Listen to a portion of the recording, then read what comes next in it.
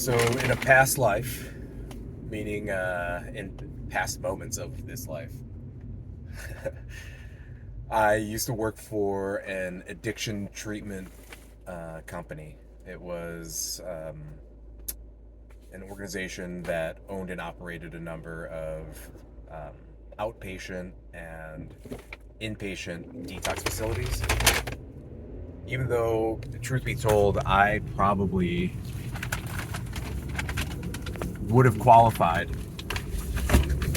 if I would have checked myself into one of these programs or started getting treatment for the way it was that I was spending my time and abusing alcohol and drugs, I absolutely would have been welcomed with open arms. They would have been like, yo, we are happy to have you. Finally, you got the hint and you brought it in to get some help. But this video isn't about that.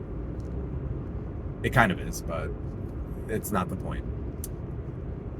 But so, in that scene, one of the things that you come to realize is that many people that work in the industry are people that have gone through the program or have been treated for addiction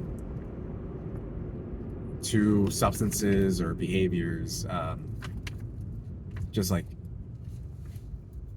anything like that, right? But so the familiarity that I have with the 12-step program and AA is probably more than most.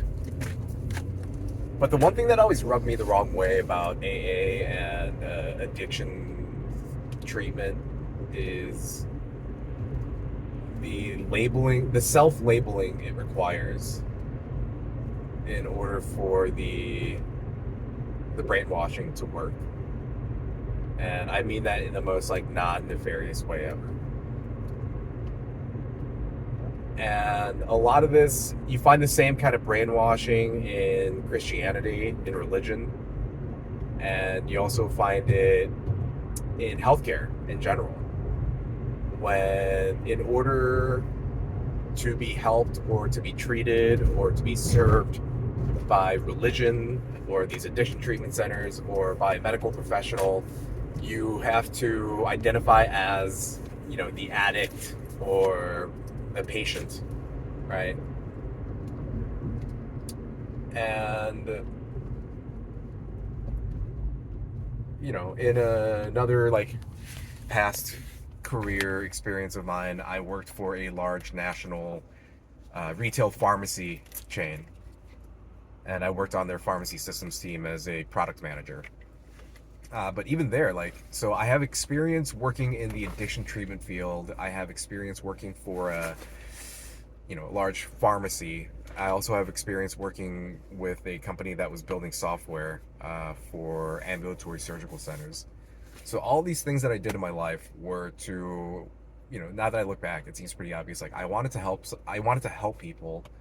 And the only way to help people is to go where people are in trouble in some sense, and go there and try to, be a part of the solution that already exists in order to help those people.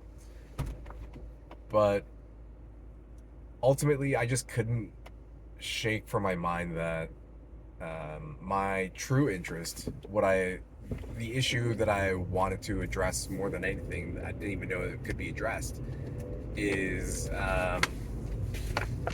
being able to help people self-identify as themselves. And I feel like that piece is a big part of the reason behind a lot of these issues, such as addiction and, a lot of these preventable health issues.